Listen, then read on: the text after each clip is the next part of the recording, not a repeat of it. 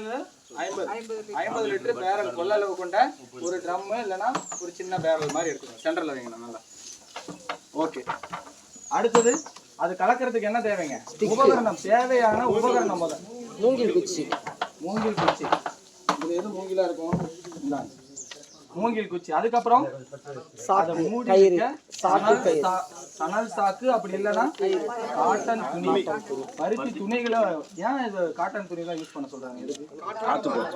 காற்றோட்டமா இருக்கணும். அதாவது நம்ம தயாரிக்கக்கூடிய, ஆனா இங்க கவனிக்கலாம், ஏதாவது சந்தேகம்னா என்கிட்ட கேட்கலாம், சரிங்களா? எல்லாரும் நம்ம அதை வந்து பகிர்ந்துக்கலாம். அதாவது நம்ம வந்து 2 வகையா வந்து இடுபொருட்களை வந்து பிரிப்போம். ஒன்று காற்றுள்ள சுவாசம், இன்னொன்று காற்றில்லா சுவாசம். காற்றுள்ள சுவாசம்ங்கிறது என்னன்னா, அதுல எல்லாமே வந்து நுண்ணுயிர்கள் பெருகக்கூடிய வகையில் இருக்கக்கூடியது. காற்றில்லா சுவாசங்கிறது என்னன்னா, அது வந்து அந்த கொடுக்கக்கூடிய பொருள்ல இருந்து என்னது கம்போஸ்ட் ஆகி அதை வந்து நுண்ணுயிரியா மாற்றக்கூடியது, சரிங்களா? இந்த மாதிரி இருக்கும். அப்ப ஏரோபிக் அனரோபிக்னு சொல்லுவாங்க. 2 வகையா இருக்கும். அப்ப அதுக்கு போகிற வகையில் என்னது, மூடுறதுக்கு சணல் சாக்கு, அப்படின்னா பருத்தி துணி. சணல் சாக்கு இருக்கா? பூரா அந்தாண்ட வச்சுங்க. அடுத்தது கயிறு, கட்டி வைக்க கயிறு. இந்த கயிறு வந்து என்னன்னா, நீங்க வந்து சைக்கிள் டியூப் இருக்கு இல்லையா, இந்த பெரிய பேரலுக்குலாம் சைக்கிள் டியூப்பை வந்து 2ஆ கட் பண்ணீங்கன்னா, அப்படியே ரவுண்டா இருக்கும்போது அப்படியே கட் பண்ணிக்கலாம். 2ஆ கிழிச்சிக்கிட்டீங்கன்னா ஈஸியா அப்படியே போட்டு மாட்டி விட்டுருலாம். கட்டணும்னே அவசியம் இல்லை, அழகா எடுக்கலாம், அழகா போடலாம். இல்லை ஸ்கூல் பேக்கு, நம்ம ஆட்டோகிராஃப் படத்துல வந்து ஞாபகம் வருதுங்கிற மாதிரி ஒரு சாங் போடுவார்ல, சைக்கிள்லேயே போகும்போது ஞாபகம் வருது அப்படின்ட்டு. அந்த மாதிரி அந்த எலாஸ்டிக் ஒரு இது இருக்கு பார்த்துருக்கீங்களா? என்னதுங்க? எலாஸ்டிக் ரோப் மாதிரி இருக்கும். அந்த மாதிரி வாங்கிக்கிட்டீங்கனாலும் இதுல 2 சுத்து போட்டு எளிமையா பண்ணிக்க முடியும், சரிங்களா? அப்ப இது தேவை. அடுத்தது என்னென்ன பொருள் தேவைன்னு சொன்னாங்க?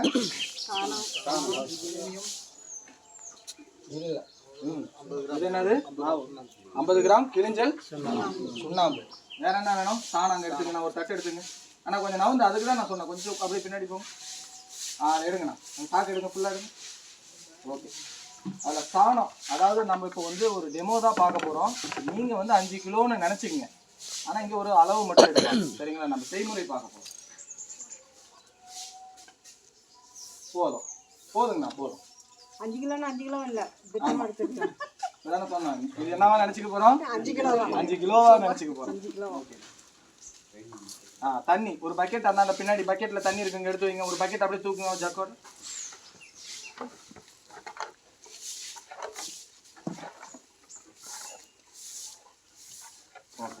தண்ணியை ஊற்றுங்க ஃபர்ஸ்ட். அதுக்குள்ளேயே அவர் கரைச்சிட்டு வராது, வெறுங்கையிலே கரைச்சிட்டு வராது. அண்ணன் இருக்கிற வேகத்தை பார்த்தா. இல்லை சார், முதல்ல வந்து கரெக்ட். அண்ணன் ஃபர்ஸ்டே வந்து அதில் இருக்கக்கூடிய வைக்கோல், பில்லு, கல், நம்ம எங்கே வேணாலும் கட்டியிருப்போம் சூழல்ல, அதெல்லாம் எடுத்து போட்டுட்டு அதுக்கப்புறம் கரைக்கணும். எப்படி கரைக்கணும்? தோசை ஊற்றிருக்கோமா நம்ம எல்லாம் வீட்டில்? தோசை மாவு எப்படி இருக்குங்க? அந்த மாதிரி வந்து நம்ம வந்து கரைக்கணும். தோசை மாவு பதத்துக்கு கரைச்சி நம்ம வந்து ஊற்றணும்.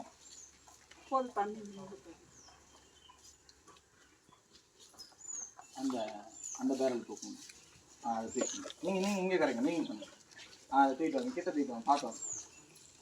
இங்கே வாங்க, அப்படியே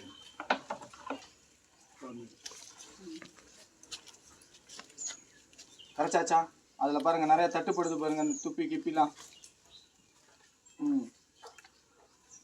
ஓகே, அதெல்லாம் எடுத்து போட்டு இன்னும் கொஞ்சம் நீங்கள் ஊற்றலாம்ண்ணா, உள்ளே ஊற்றிக்கலாம். நல்லா வந்து தோசை மாவு பதத்துக்கு கரைச்சி எடுத்துக்கோங்க சாணத்தை. தோசை மாவுன்னா எனக்கு என்ன சமையல் ப்ரோக்ராமுக்கு போகுது. இப்போ நம்ம என்ன பார்க்க போகிறோம்னா, மாவு எப்படி ஊற்றுவோம் அப்படின்னு சொல்லுவாங்க இல்லையா, அந்த சமையல் ப்ரோக்ராமில் அந்த மாதிரியே இருக்குது. ஓகே, ஆமாம், ஓகேங்கண்ணா. அண்ணா போதுங்கண்ணா. ஓகே, இப்போ ஊற்றிருங்க, உள்ளே ஊற்றிருங்க. நீங்கள் இந்த ஜக்கில் கொஞ்சோண்டு தண்ணி எடுத்து அவர் ஊற்றின பிறகு அதை லைட்டாக உள்ள கழுவி ஊற்றணும். அவருக்கு ஊற்றி அண்ணாட்ட போய்க்கணும்.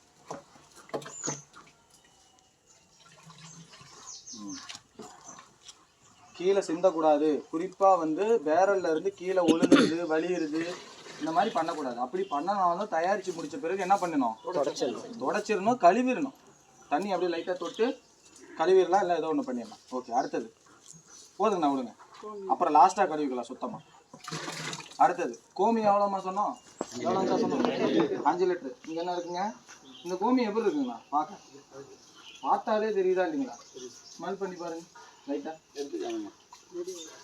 ஓகே 5 லிட்டர் அதில் ஊற்றுங்க. ஒரு 2 மொத்தம் ஊற்றுங்க. அதை எடுங்க, இல்லைன்னா டேரெக்டாக ஊற்றிடுங்க.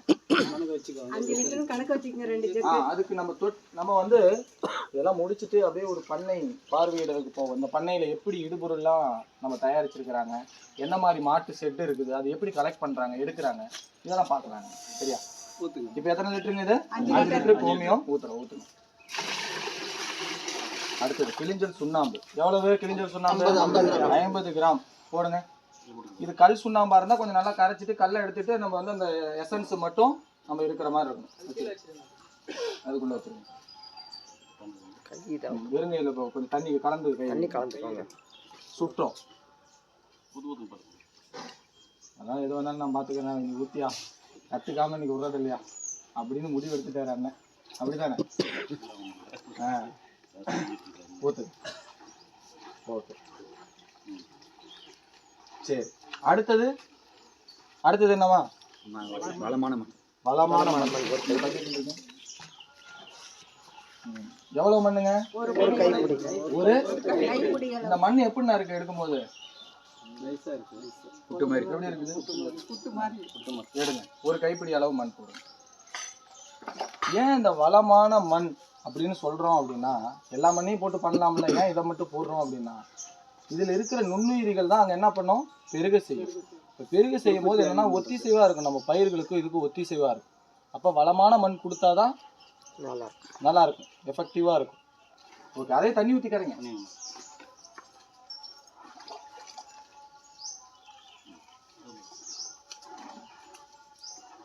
கரைச்சிங்க.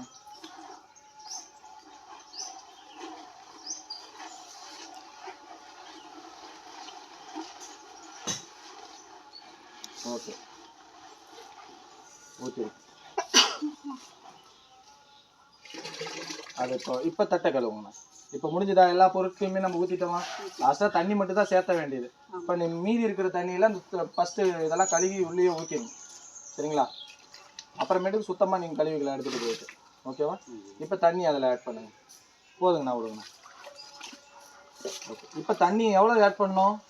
30 லிட்டர். தண்ணி எவ்வளோ ஆட் பண்ணோம்? 30 லிட்டர் ஆட் பண்ணுங்க.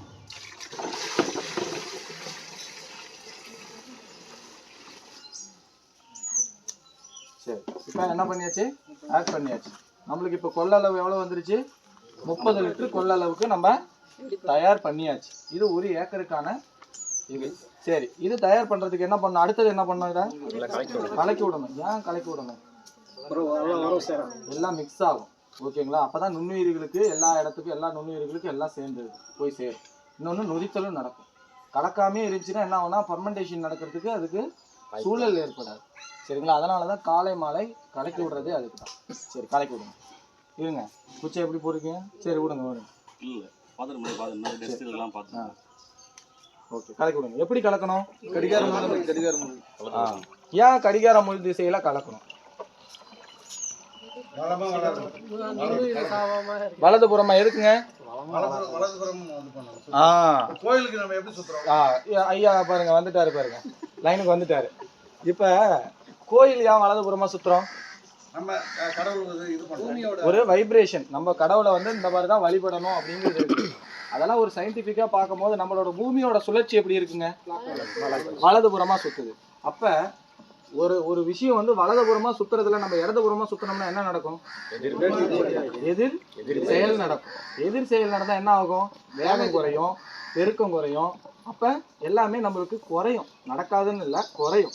அப்ப நம்ம வலதுபுறமா பூமியோட ஒத்திசைவா, பூமி சுழற்சிக்கு ஒத்திசைவா பண்ணும்போது, இந்த சூழலுக்கு ஏற்ற மாதிரி சுழற்றும் போது என்ன ஆகும்னா பெருக்கம் நல்லா இருக்கும். அப்போ உங்களுக்கு கரைசலும் நல்லா வரும். கரைச்சாச்சு. எவ்வளவு சுழற்சிகள் இருக்கணும்?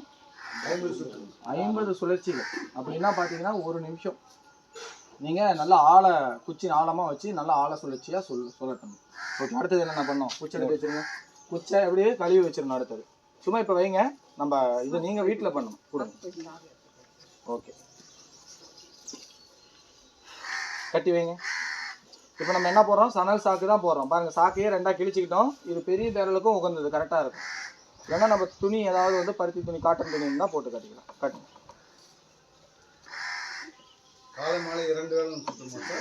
ஆமா சொல்றேன். ஓகே, இப்போ வந்து தயார் பண்ணியாச்சு, கட்டியாச்சு. இப்போ என்ன பண்ணா இது எத்தனை நாளைக்குள்ள ரெடி ஆகும், எவ்வளவு நேரத்துக்குள்ள ரெடி ஆகும்? 12 மணி நேரத்துல 12 மணி நேரத்துல ரெடி ஆகும். சாயந்தரம் நாளைக்கு நடவு இருக்குதுப்பா, நம்மளுக்கு காலைல நாட்டி நாத்து நடணும், வயல்ல விதை போடணும் அப்படின்னா நைட்டே போட்டு வச்சுட்டா காலையில பீஜாமிரதம் ரெடி. நீங்க எடுத்து என்ன பண்ணலாம், தயார் பண்ணலாம். ஓகே, இது வந்து என்ன பண்ணோம், எவ்வளவு நேரம் வச்சுக்கலாம்? தயாராகிறது 12 மணி நேரம், வச்சுக்கிறது ஒரு 12 மணி நேரம், மொத்தமா எவ்வளவு? 24 மணி நேரத்துக்கு. ஏன் இது வைக்க கூடாது? பவர் குறைஞ்சிரும். இன்னொன்று, இதோட வீரியத்தன்மை, இதோட நொதித்தல் வேற மாதிரி மாறும். ஏன்னா சுண்ணாம்பு கலந்துருக்குமா இல்லையா? அப்ப நொதித்தலே வேற மாதிரி மாறும்போது நம்மளுக்கு என்ன ஆகும், ரிசல்ட் நெகட்டிவா போகும். அப்ப அதுக்கு ஒரு கால டைம் இருக்குன்னா அவ்வளவுதான் பண்ணும். அப்ப நான் ஊருக்கு போயிட்டோம்பா ஒரு நாள் ஃபுல்லா தயாரிச்சு அப்படியே இருக்குது, 2வது நாள் போட்டுக்கலாமான்னு போடக்கூடாது. மறுபடியும் புதுசாக தான் தயார் பண்ணிக்கணும். கரெக்டுங்களா? அப்போ 12 மணி நேரத்தில் இது தயாராயிரும். 12 மணி நேரம் நீங்கள் பயன்படுத்துகிற நேரங்கள். இதில் விதைகள் எப்படி பயன்படுத்தணும், நாற்றுகள் எப்படி பயன்படுத்தணும், ஜென்ரலாக நம்ம அப்படி ஒரு சின்ன கிளான்ஸ் மட்டும் பார்த்துடலாம். விதைகளை வந்து ஒரு காட்டன் துணியிலையோ சாக்குலையோ நீங்கள் வந்து இப்போ நெல் மூட்டையாக வந்து விதைக்க போறீங்க. என்ன பண்ணலாம்னா இந்த பீஜாமிரத்துக்குள்ள அப்படியே மூட்டையை இறக்கிடலாம்.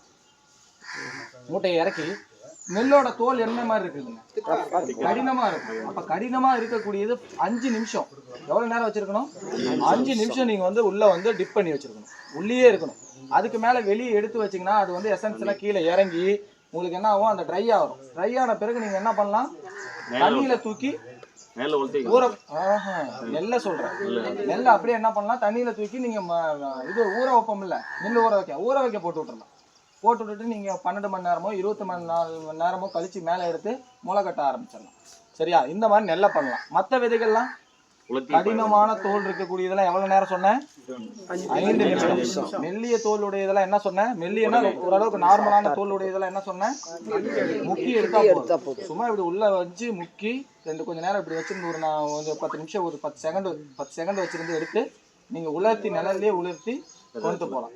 சரிங்களா? இது எந்த இடத்துல தயார் பண்ணோம், இப்போ நம்ம எந்த இடத்துல தயார் பண்றோம், நிழலான பகுதியில் தயார் பண்ணணும். நிழலான இடத்துல தான், மழை தண்ணி உள்ள போயிடக்கூடாது. ஷெட்டுக்குள்ள ஒரு நிழலான பகுதியில் பண்ணணும். சரிங்களா? ஓகே, இது பண்றதுனால அதே வந்து ஒரு நிலக்கடலை இந்த மாதிரி சொல்லியிருப்பாங்க. வெங்காயம் எதெல்லாம் தோல் மெல்லிய தோல் உடையது, ரொம்ப மெலிசா இருக்கு, நிலக்கடலை வெங்காயம் இதெல்லாம் இருக்குல்ல, இதெல்லாம் இதுக்குள்ள விட்டா என்ன ஆகுங்க, தோல் உறிஞ்சு போயிடும், முளைப்பு திறனே சரியா இருக்காது. அப்ப இதுக்கு என்ன மாற்று வழி, கனஜீவாமிர்தம். எவ்வளவு போட சொன்னாங்க? 10 கிலோ. இப்ப நிலக்கடலை இருக்கு அப்படின்னா அதுல 1 கிலோ, 10 கிலோ நிலக்கடலை நம்ம கிட்ட இருக்கு. அதை விதை நேர்த்தி பண்ண 1 கிலோ கனஜீவாமிர்தம் தயார் பண்ண போறோம் நம்ம. அதுல வந்து விதை நேர்த்தி பண்ணணும். அதோட என்ன சேர்த்தணும், அந்த 10 கிலோ நிலக்கடலையில 1 கிலோ வந்து கனஜீவாமிர்தத்தை போட்டு நல்லா மிக்ஸ் பண்ணி விட்டு ஒரு 1/4 மணி நேரமோ ஒரு 1/2 மணி நேரமோ நீங்கள் வச்சுருந்துட்டு அப்புறம் விதைகளை மட்டும் நீங்கள் எடுத்து நடவு போயிடலாம். புரியுதுங்களா? இந்த மாதிரி வந்து நீங்கள் மெல்லிய தோலுடைய இதெல்லாம் பண்ணிக்க முடியும். ரொம்பவும் கலக்காமல் அப்படியே லேசாக கிளறிடணும். அதில் நீங்கள் போட்டுக்கிட்டு நல்லா அப்படி கரன்னு சாணியை கரைச்சின மாதிரி கரைச்சி ஊரா பருப்பி உடச்சி ஆடா பாதி நான் பயிற்சிக்கு போய் பாதி முளைக்காமல் போச்சு அப்படிங்கிற மாதிரி யோசிக்கக்கூடாது. சரியா? இந்த மாதிரி பண்ணிக்கணும். ஓகே, இப்போ இது பண்ணுறதுனால என்ன நடக்குன்னா உங்களுக்கு வேர்க்கரையான், வேர் பூஞ்சான், வைரஸ் இந்த மாதிரி தொற்றுகள் வந்து உங்களுக்கு கட்டுப்பாடாகும். நிறையா பார்த்தீங்கன்னா செடிகள் வச்ச உடனே வேர்க்கரையான்லாம் சாப்பிட்ரும், அதெல்லாம் கண்ட்ரோல் ஆகும். இன்னொன்று என்ன நடக்கும், வேர் புழு தாக்குறது கொஞ்சம் குறையும். உங்களுக்கு வளர்ச்சி நிலை சீராக இருக்கும். எல்லாமே வந்து உங்களுக்கு வளர்ச்சி வரதே வந்து என்ன சொன்னேன், ஃபஸ்ட்டு சொன்ன விளையும் பயிர் முளையிலே நல்லா தெரியும். அந்த ஒரு ரிசல்ட் தான். ஓகே, இதில் ஏதாவது சந்தேகம் இருக்குதா? இல்லை. என்னங்க இது செய்ய முடியல, அதுக்கு பதிலா மாற்று தாராளமாக போடலாம். நீங்கள் வந்து வேப்பங்கொட்டை தூள் இதெல்லாம் அடுத்த கிளாஸஸில் சொல்லுவாங்க உங்களுக்கு. அதை நீங்கள் பயன்படுத்தல பண்ண முடியாத ஒரு சூழலில் நட்டுட்டீங்க, அடுத்தது வேப்பங்கொட்டை அதுக்கு இதில் வந்து பயன்படுத்திக்கலாம். சரிங்களா? அது வந்து சொல்லுவாங்க உங்களுக்கு உள்ள. ஓகே, இதில் வேறு ஏதாவது சந்தேகங்க? ஓகே, இது என்ன பண்ணணும், பயன்படுத்தி முடிச்ச பிறகு நார்மல் இடத்துல அகற்றிடணும். ஏன்னா இதுவே என்ன பண்ணுது, பூஞ்சானம் வைரஸ் எல்லாம் நம்ம வந்து ரிமூவ் பண்ண தான் எடுத்துருக்கோம். இதை கொண்டு போய் வயலுக்குள்ள மறுபடியும் கொடுத்து உருவாக்க ஸ்டார்ட் கூடாது. இதுதான் இதோட ப்ராசஸ். இதுல எதுவும் சந்தேகம் இருந்தால் இப்போ கேட்டுக்கலாம். இப்போ அடுத்த ப்ராசஸ் போயிடலாமா? சரி, ஓகே. அடுத்தது நம்ம என்ன பண்ண போனோம், அடுத்த